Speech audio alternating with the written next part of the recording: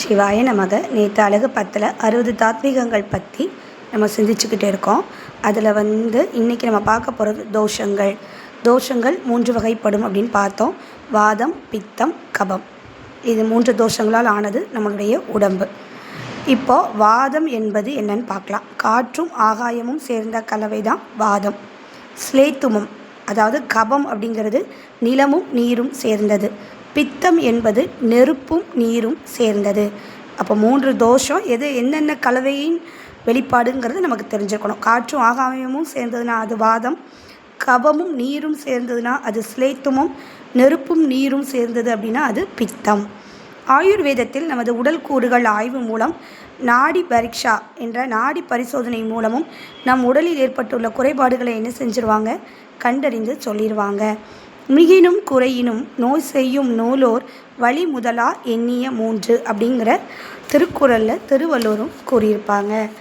அதாவது மருத்துவ நூலோர் சொல்லும் வாதம், பித்தம், ஸ்லேத்துமம் என 3ம் ஒருவனுடைய உணவும் செயல்களும் அளவுக்கு மேல் கூடினாலும் குறைந்தாலும் நோய் உண்டாகும். இந்த 3 தோஷங்களில் எது ஒன்று கூடி குறைஞ்சி இருந்தாலும் நமக்கு என்ன உண்டாகும், நோய் உண்டாகும். வியாதின்னு நம்ம சொல்கிறதே இந்த 3 தோஷங்களில் ஏற்பட்டுள்ள ஒவ்வாமை தான் காரணம்.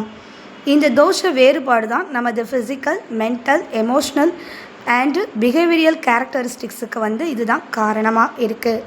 பூமியின் இயக்கத்திற்கு இரவு பகல் மாறி மாறி சூரிய சந்திரர்கள் செயல்படுவது போல நமது உடலில் இடகலை பிங்களையும் செயல்படுகிறது. நாம் ஏற்கனவே பார்த்த 36 தத்துவங்கள் ஆகிய காரண கருவிகளிலிருந்து என்னென்ன காரிய கருவிகள் வருகின்றன என்பதை பார்ப்போம். தத்துவங்களில் நம்ம பார்த்தது காரண கருவிகள். இப்போ நம்ம பார்க்க போகிறது காரிய கருவிகள். முதலில் கண்ணால் காணக்கூடிய பஞ்சபூதங்களின் காரியத்தை பார்க்கணும். அப்போ பஞ்சபூதம் நமக்கு என்னன்னு தெரியும். நிலம்.